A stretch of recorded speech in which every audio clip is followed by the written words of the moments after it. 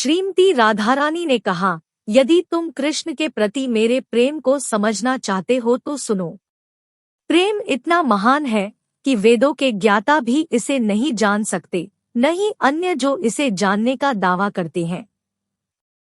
सखी, जो जिज्ञासु को प्रेम सिखाता है वह इसे नहीं जान सकता और न ही सुनने वाला ही इसे जान सकता है। यह सब सिर्फ नकल है।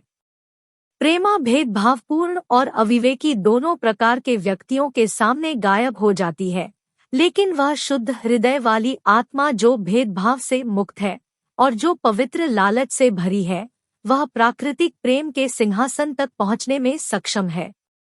यह प्रेमी की गतिविधियों के माध्यम से दिखाया जाता है, जो केवल प्रिय की खुशी के लिए समर्पित है।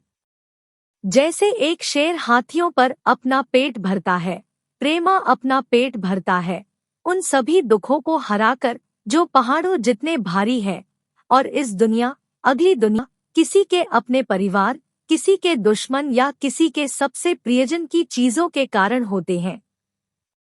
प्रेमा का वह सिंह अपनी शारीरिक चमक पर गर्व करता है और निर्भय है। वह बिना किसी चिंता के सो सकता है। जब प्रतिकूल आसक्ति वाले कुत्ते भौंकेंगे तो सिंह को क्या चिंता होगी? प्रेमा अंधेरे में दीपक की तरह चमकती है। इस कपट के कारण प्रेम हर क्षण ताजा और मादक प्रतीत होता है।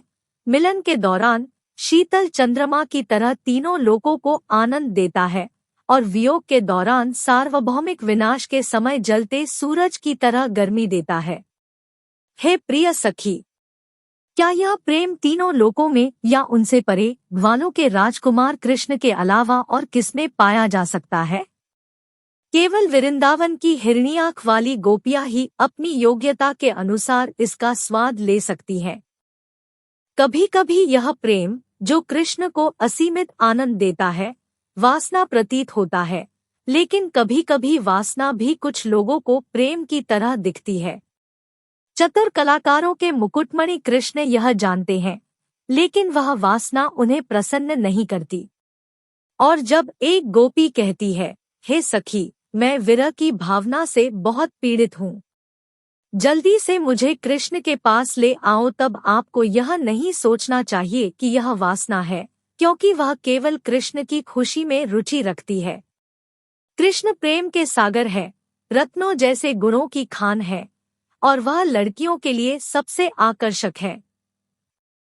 इसके लिए वह कपट, कुटिलता और कुटिलता जैसे वासना के लक्षण दिखाता है, लेकिन यह वास्तव में प्रेम है। क्या 1,00,000 लड़कियां अत्यधिक प्रयास करने पर भी कृष्ण की इच्छाओं को पूरा कर सकती हैं? उनमें से कोई भी नहीं कर सकता। तो यह उनके प्रति उनका अकारण प्रेम ही होगा जो उन्हें उनमें दिलचस्पी देता है।